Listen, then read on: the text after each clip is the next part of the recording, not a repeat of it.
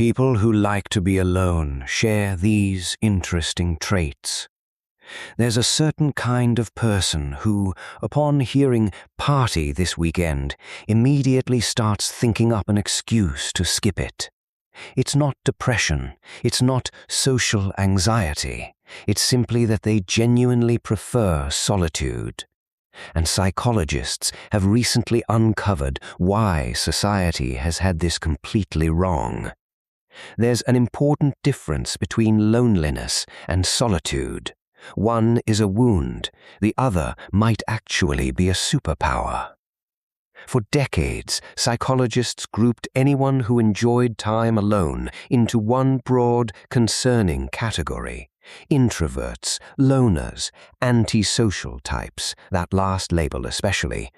It was as if enjoying your own company meant you were one bad day away from becoming a villain in your own origin story. Then, something interesting happened in the research. In 2016, a team of psychologists at the University of Buffalo asked a question nobody had really asked before. What if some people simply prefer being alone, not out of fear of others, not because something is wrong with them, but because solitude genuinely makes them feel good? They named this trait unsociability. It's not the same as being antisocial, which involves active hostility toward others. It's not the same as being avoidant, which is rooted in fear. Unsociability is something else entirely, a calm, confident preference for one's own company. And when researchers studied people with this trait, the results were surprising. These people were thriving, more than thriving, actually. So what's really going on in the brain of someone who genuinely enjoys being alone? First, their dopamine system works differently. Extroverts get a big dopamine boost from social interaction, the laughter, the energy exchange, the buzz of being around people. People who prefer solitude have a more sensitive dopamine system and reach their optimal level of stimulation much faster. Think of it like spice tolerance. An extrovert might need a whole jalapeno to feel anything, while someone who loves solitude only needs a single flake of red pepper to feel satisfied for the day. It gets even more interesting from there. The prefrontal cortex, the brain region responsible for deep thinking, self-reflection, and complex problem-solving, shows increased activity during alone time for these individuals. They're not just sitting quietly, staring at the wall. Internally, their minds are busy with introspection, creativity, and mental processing. Studies on creativity consistently show that breakthrough ideas rarely emerge from brainstorming sessions or crowded coffee shops. They tend to surface in the shower, during solo walks, or at 2 a.m. when everyone else is asleep. Einstein did his best thinking alone. So did Newton. Virginia Woolf wrote an entire essay, A Room of One's Own, about this very need. Maya Angelou would rent a hotel room just to write in solitude, even though she had a perfectly good house. Coincidence? Probably not. Now, before anyone rushes to self-diagnose, and let's be honest, plenty of people are already thinking, "This is me," it's worth pausing here. There's an important distinction to make. Are you choosing solitude, or are you hiding in it?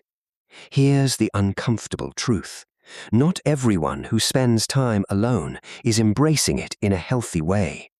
For some, solitude functions as armor, a shield against rejection, judgment, or the vulnerability that comes with connecting to others. That's where honesty with yourself becomes essential. Psychologist Abraham Maslow addressed this idea directly.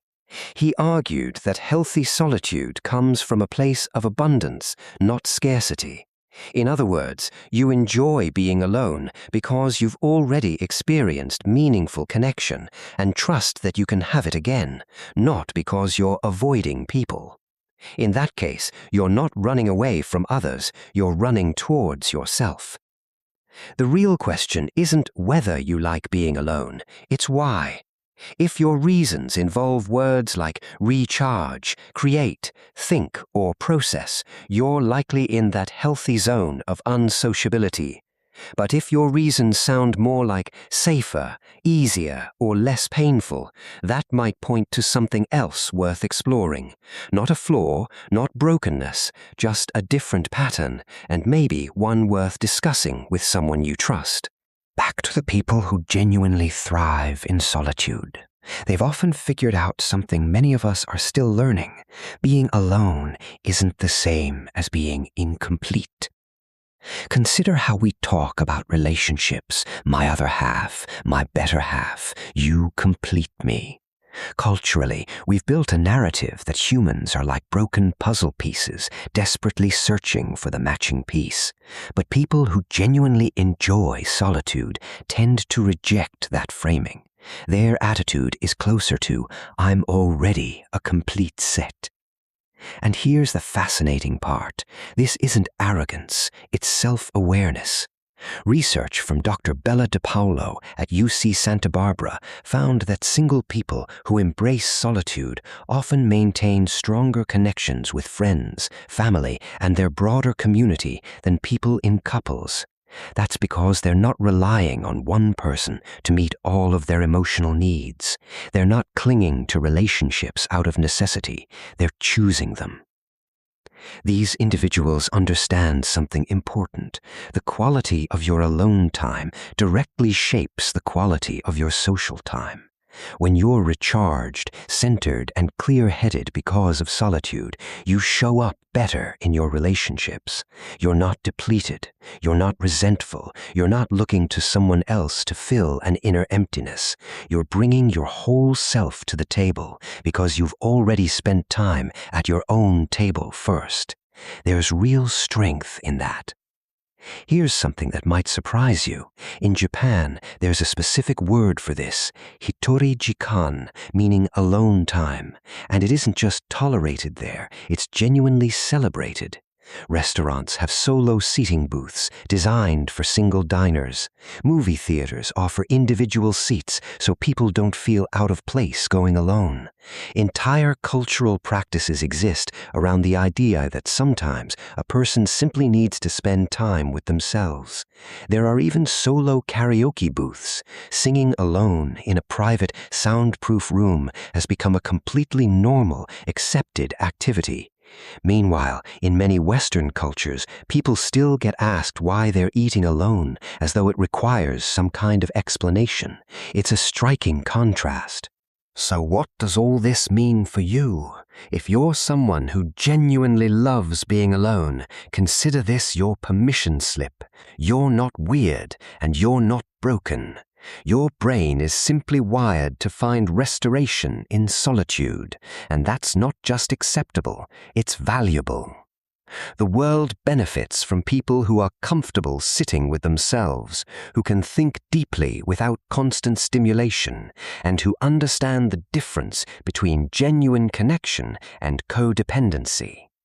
In an age of constant connectivity, where everyone is expected to respond instantly and be perpetually available, genuinely enjoying your own company might be one of the most countercultural things a person can do. That said, it's worth checking that you're not mistaking a real preference for self-protection. Ask yourself honestly, can you connect with others when you want to? Do you have people you trust? Are you moving toward solitude or away from connection? The healthiest relationship with being alone is one where solitude is a choice, not a defense mechanism.